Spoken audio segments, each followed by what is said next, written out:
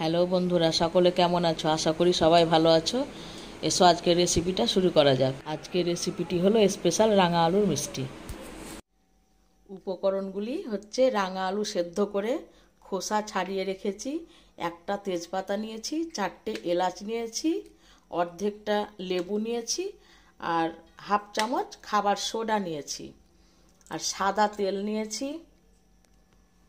Rule ময়দা নিয়েছি, চিনি নিয়েছি, আর চায়ের শুকনো দুধ নিয়েছি। অনেক দিন পর ফিরে এলাম বন্ধু, প্রায় 2.5 বছর পর আবার ফিরে এলাম। অনেকেই বলছে দিদি শুরু করো, দিদি শুরু করো তোমার রান্না, ওই জন্যে তোমাদের কথা রাখতে আবার ফিরে এলাম এই রান্নাঘরে। কথার মাঝে ভুল হতেই পারে, তার জন্য আগে ক্ষমা চেয়ে নিচ্ছি। আশা করি তোমাদের সকলের ভালো লাগবে। এসো রান্নাটা শুরু করি। সেদ্ধ রাঙা আলুগুলো বন্ধু আমি গ্রেটারের সাহায্যে এরকমভাবে গ্রেট করে নিচ্ছি। দেখো,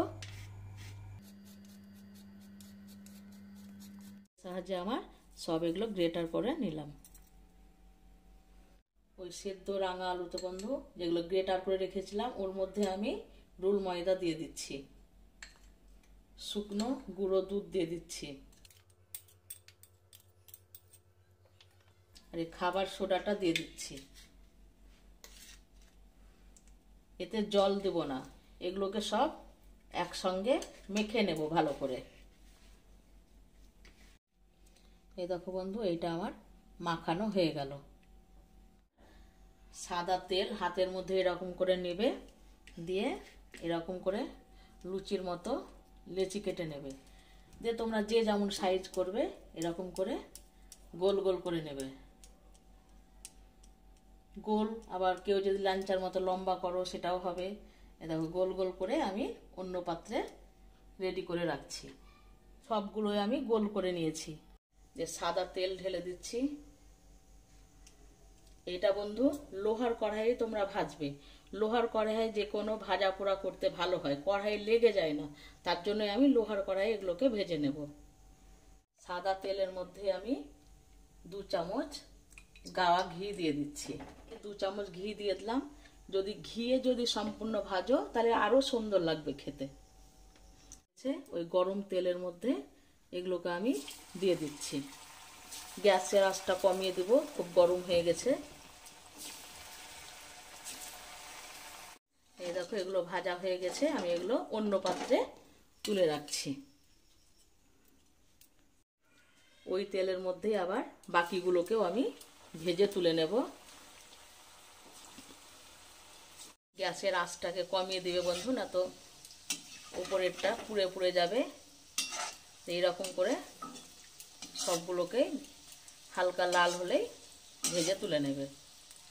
এগুলো ভাজা হয়ে গেছে, এগুলোকে এবার অন্য পাত্রে তুলে নিচ্ছি।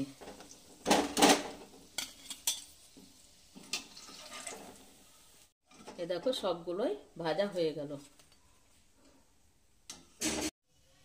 এবার অন্য কড়াইয়ে জল চাপিয়ে সেরা বানিয়ে নিচ্ছি। এতে 1 বাটি জলের মধ্যে চিনি দিয়ে দিলাম, আর তেজপাতা এলাচ দিয়ে দিলাম।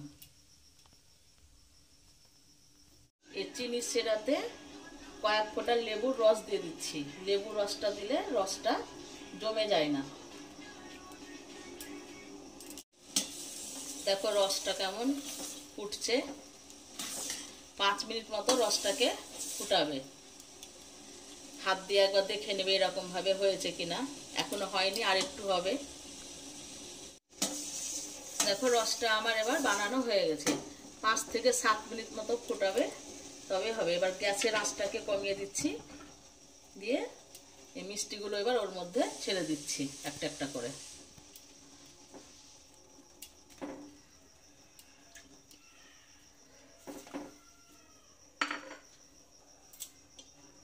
আবার গ্যাসের আঁচটাকে বাড়িয়ে দিলাম, দিয়ে একটু ফুটিয়ে নেব।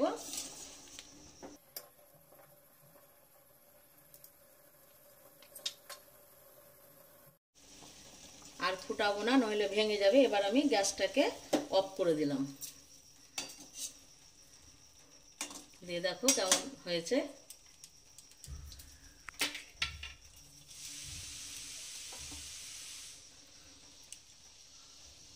এবার কিছুক্ষণ রাখার পরে আমি অন্য পাত্রে এগুলোকে তুলে নেব। এবার আমি অন্য পাত্রে মিষ্টিগুলোকে তুলে নিচ্ছি। এবার আমার রেডি।